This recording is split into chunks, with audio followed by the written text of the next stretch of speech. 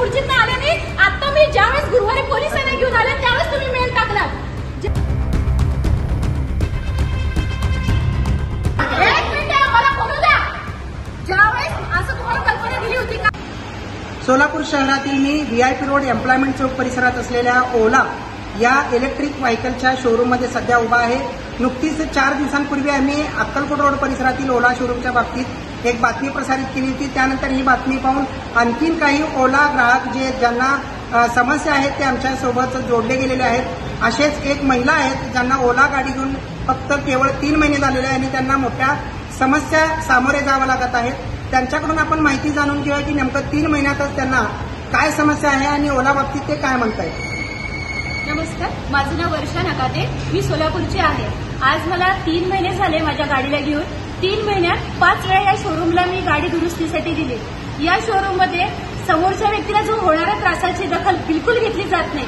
जवळजवळ या शोरूमला अक्कलकोट रोड आणि ह्या सेंटरला मी प्रत्येक वेळेला येते. ह्या सेंटरला आले तर ते बोलतात की बाबा हे इथं आम्ही सेल्स टीम आहे, आम्ही नाही काही करू शकत, त्यामुळे तुम्ही तिकडे जावा. त्यामुळे असं जवळजवळ 4 ते 5 वेळा मी इकडे हेलपाटा घातला. परत नंतर ज्यावेळेस आम्ही केलं तर ते प्रत्येक वेळेला माझी गाडी बंद पडते. ते जवळजवळ 4 वेळा माझ्या गाडीचं पार्ट त्यांनी चेंज करून दिलं. 3 महिन्यात जर 3-4 पार्ट जर बदलत असतील तर माझी गाडी 3-4 महिन्यांनी ना भंगारवाला सुद्धा माझी गाडी घेणार नाही.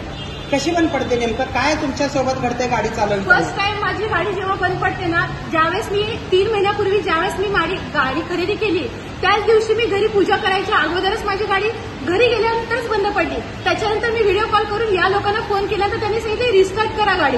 म्हणजे ज्या दिवशी घेतली ना त्या दिवशीपासून ती आज तागायतपर्यंत ती गाडी बंद पडते. गाडी बंद पडली की जागच्या जागी ती गाडी. या 15 दिवसामध्ये सोलापूरमधील आसरा या विभागामध्ये माझी सिग्नल गाडी पूर्ण ऑन द स्पॉट गाडी बंद पडली. त्यामुळे मला ती गाडी हँडल करता आली नाही. त्याच्यानंतर मी ज्यावेळेस मी गाडी ती 1-2 मुलांना मी साईडला गाडी घेऊन गेली आणि मग रात्री 8 वाजले होते. रात्री 8 वाजता मी हे इथं कॉल केला. तिथून मग ते 2 माणसं इथले घेऊन गाडी घेऊन गेली. ठीक आहे, मी समजू शकते की इलेक्ट्रिक आहे, काहीतरी बंद पडू शकते, मी समजू शकते. पण किती वेळा समजण्याचं पेशन्स माझं निघून गेलंय. आणि यावेळेस मी मागच्या गुरुवारी माझी गाडी शोरूमला इथे ठेवून गेली. गाडी शोरूमला ठेवून त्यांना सांगितलं होतं की मला सोमवारपर्यंत तुम्ही न्याय द्यायला पाहिजे. जर न्याय नाही दिला तर मी पुढच्या गोष्टीचं पाऊल उचलणार. म्हणजे ह्यांना सगळ्या गोष्टी लिगली करून सांगून सुद्धा हे काहीतरी जबाबदारी घेतील असं दिसत नाहीये. आताच तुम्ही पाहिलं की या शोरूम मध्ये एक सुद्धा व्यक्ती नाहीये, सगळे व्यक्ती बाहेर गेलेत. म्हणजे एखाद्या व्यक्तीला त्रास होण्याचं जे जबाबदारी घ्यायला पाहिजे ना, किती जबाबदारी घेते हेच उदाहरण आपण मागच्या आठवड्यामध्ये अक्कलकोट रोडला तिथं तोच भाग झाला होता. म्हणजे एकंदरीत पाहता आता सुद्धा इथं सर्व्हिस देणारे जे लोक असतात किंवा जे इथले मॅनेजर, मी पहिला सुद्धा सांगितलेले, ते निघून जातात. आले की बाहेर थांबतात किंवा निघून जातात. समोर उत्तर देण्यास ते तयार नसतात. तुमच्या मुलीने जी गाडी घेतली आहे काय समस्या होती त्यांना नेमकी? गाडी घेतल्यापासून म्हणजे आज 3 महिने झाले. ह्या 3 महिन्यात माझ्या मुलीला मानसिक, शारीरिक आणि आर्थिक त्रास खूप झालेला आहे. आणि आर्थिक नुकसान आम्ही भरून काढू, पण माझ्या जी मुलीला जी शारीरिक आणि मानसिक त्रास झालेला हा कोण भरून देणार आहे? अगदी आसऱ्याच्या स्टॉपला पूर्ण गाडी चालवताना सिग्नल सुटल्यानंतर बंद पडली. माझी मुलीच्या जीवापेक्षा जास्त हे गाडीचं. त्यांच्या घरातली जर गाडी अशी बंद पडली असती, त्यांच्या मुलीची, त्यांच्या बायकोची, तर त्यांनी काय केले असते? माझ्या नक्कीच एकंदरीत पाहता महिलांनी तरी जर गाडी घेतली ओला तर त्यांना शारीरिक मानसिक त्रासाला सामोरं जावं लागतंय. हे एकंदरीत या गोष्टीवरून आपल्याला दिसून येत आहे. जेंट्स असेल, माणूस असेल तर एखाद्या वेळेस आपण गाडी कशी तरी बाजूला घेऊ बंद झाल्यानंतर, पण महिला असतील तर त्यांना शर्मेने मान खाली घालावं लागेल. आपणच जर कोणाची गाडीचं पेट्रोल संपलं तर आपण 10 वेळा त्याच्याकडे बघतो की हे बंद पडलेली गाडी वापरतोय.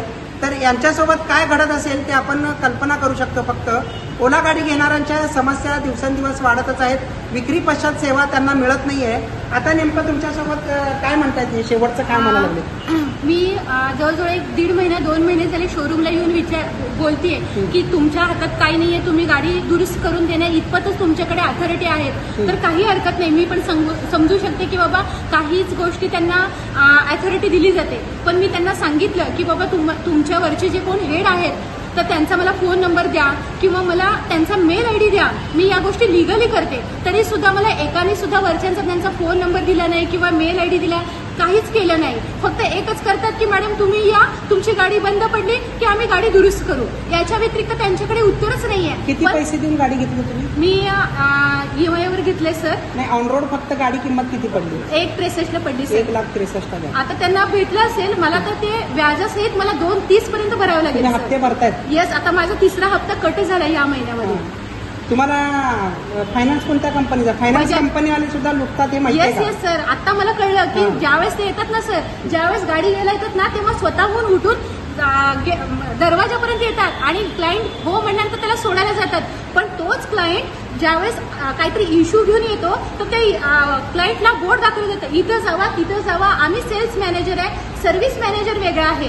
जर मग तुम्ही जर ह्या गोष्टी एखाद्या क्लायंटला तुम्ही जर सांगत असाल की बाबा हे सुद्धा गोष्टी सांगा की आमच्याकडून सर्व्हिस तुम्हाला देणं होणार नाही, क्लायंट हँडलिंग होणार नाहीये, तर मग मी समजू शकते की ओला कंपनी खूप क्लिअरन्सी आहे त्यांच्यामध्ये. तर मी आज आव्हान करते सगळ्यांना की ओला कंपनीची ज्यावेळेस तुम्ही गाडी घेणार ना, तर तुम्ही 100 वेळा विचार करूनच गाडी घ्या. कारण की गाडी घेताना यांचं एक रूप असतं आणि गाडी घेतल्यानंतर बंद पडल्यानंतर त्यांचं एक रूप असतं. त्यामुळे मला माझं नुकसान झालंय. मला जनतेच्या आता सगळ्यांची काळजी वाटते की घेताना त्यांनी 100 वेळा विचारून करून घ्यावं, ही मी सगळ्यांना जाहीर आव्हान करते. आणि जोपर्यंत माझी ही अडचण सुटत नाही तोपर्यंत मी पत्रकार, मीडिया आहे, पोलीस आहे, वकील आहे, हे सगळी कोशिश लावून मी माझं न्याय मिळवणार. हे आपलं जे सर्व्हिस आमचं सेल्स मॅनेजर मी आहे, मी काही करू शकत नाही. तुम्ही मल्लिकार्जुन सरांना जावा. ज्यावेळेस तुमची गाडी लोक येतात ना, त्यावेळेस तुम्ही सांगणार असं सांगता, तुम्हाला सांगितलं जातं का सर? मला तुम्ही सांगा, मी हे पण कस्टमर आहे, असं तुम्ही गाडी घेताना सांगितलं होतं का की बाबा गाडी बंद पडल्यानंतर तुम्हाला इकडे जावं लागेल तिकडे जावं लागेल, असं काय तुम्हाला कल्पना दिली होती का? एक मिनिट मला बोलू द्या. ज्यावेळेस असं तुम्हाला कल्पना दिली होती का? 5 वेळा माझी गाडी भर रस्त्यात बंद पडली. आज 3 महिने होतात माझ्या गाडीला. तर मला सांगितलं जातं ह्यांना सांगा त्यांना सांगा. मी पैसे देताना मी कुणाच्या हातात दिले नव्हते. मी पैसे देताना ह्याच शोरूम मध्ये येऊन मी गाडी दिली होती आणि घेतली होती. 3 महिन्यात जर 5 वेळा गाडीचा माझे पार्ट बंद होत असतील, भर रस्त्यात माझी गाडी बंद पडत असेल, तर ओला शोरूम आता काय सांगतोय की बाबा आमच्यामध्ये क्लिअरन्सी आहे म्हणून. मला सांगावं की मला त्यांनी सांगावं की मी 5 वेळा, 3-4 वेळा 5 वेळा दिली ना, एकदाच गाडी जर व्यवस्थित दुरुस्त केली असती तर मला 5 वेळा या शोरूमला गाडी द्यावी लागली नसती. तर मला मी हेच सांगते, तुम्ही कुणाला तर आणा, प्रत्येकाचा प्रॉब्लेम वेगळेच सर, इश्यू वेगळे. तुमच्यामध्ये माझ्यामध्ये फरक आहे. तुम्ही जेंट्स आहात, तुम्ही लेडीज आहे. भर 8 वाजता जर गाडी बंद पडत असेल, तुमचा मुलगा जर तिथं घेऊन जर गाडी करत असेल, तुमच्या मुलाचं वाक्य मी सांगते आज की बाबा मॅडम ही गाडी रेअर आहे, तुम्ही आता गाडी वापरू नका, मी गाडी शोरूमला घेऊन जातो, गाडी दुरुस्त करतो आणि मग तुम्ही गाडी वापरा. ह्या जर शब्दामध्ये तुमचं जर टेक्निकल माणूस जर सांगत असेल, परत मला ती गाडी घेऊन जाणं मला धाडस होईल का? आज मला या गोष्टीच्या प्रश्नाचं उत्तर द्या. मी तुमच्या कंपनीबाबत, तुमच्या स्टाफ बाबत भडकत बिलकुल नाहीये. 5 वेळा मला जर ह्या गोष्टीला जर मानसिक त्रास होऊन, आर्थिक त्रास होऊन, सोसून जर घेत असेल तर मी माझ्या मनावर पेशन्स ठेवणं मला जमणार नाही. मी पूर्ण सांगते की बाबा ह्या स्टाफने मला असं केलंय म्हणून मला बिलकुल नाहीये. स्टाफ कसा असू मला देणं घेणं नाहीये. इंटरनल त्यांच्याबद्दल मला इश्यू बिलकुल नाहीये. मला माझ्या गाडीचे इश्यू आहे, त्या गाडीचे इश्यू ह्यांना मी डेडलाईन दिली असून सुद्धा यांनी माझ्या गाडीचा इश्यू सॉल्व्ह केला नाही. माझी मागणी होती मला रिफंड पाहिजे किंवा मला नवीन गाडी पाहिजे. या गोष्टीचं त्यांनी मला झालेल्या त्रासाबद्दल काहीच केलं नाही. आता त्यांना कॉम्प्रोमाइज मी का करणार आणि मी करणार नाही. मला कोणत्या वैयक्तिक व्यक्तीशी मला काहीही देणं घेणं नाहीये. त्यांना वाटलं सर विचारा. मल्लिकार्जुन सरांना मागच्या मी 9 तारखेला गाडी तिथं दिली होती, त्यांनी 6 दिवस ठेवली. त्यांनी मला सांगितलं होतं की मॅडम पुढच्या वेळेस जर गाडी बंद पडली तर मी जबाबदारी घेतो. बोलले की नाही विचारा त्यांना.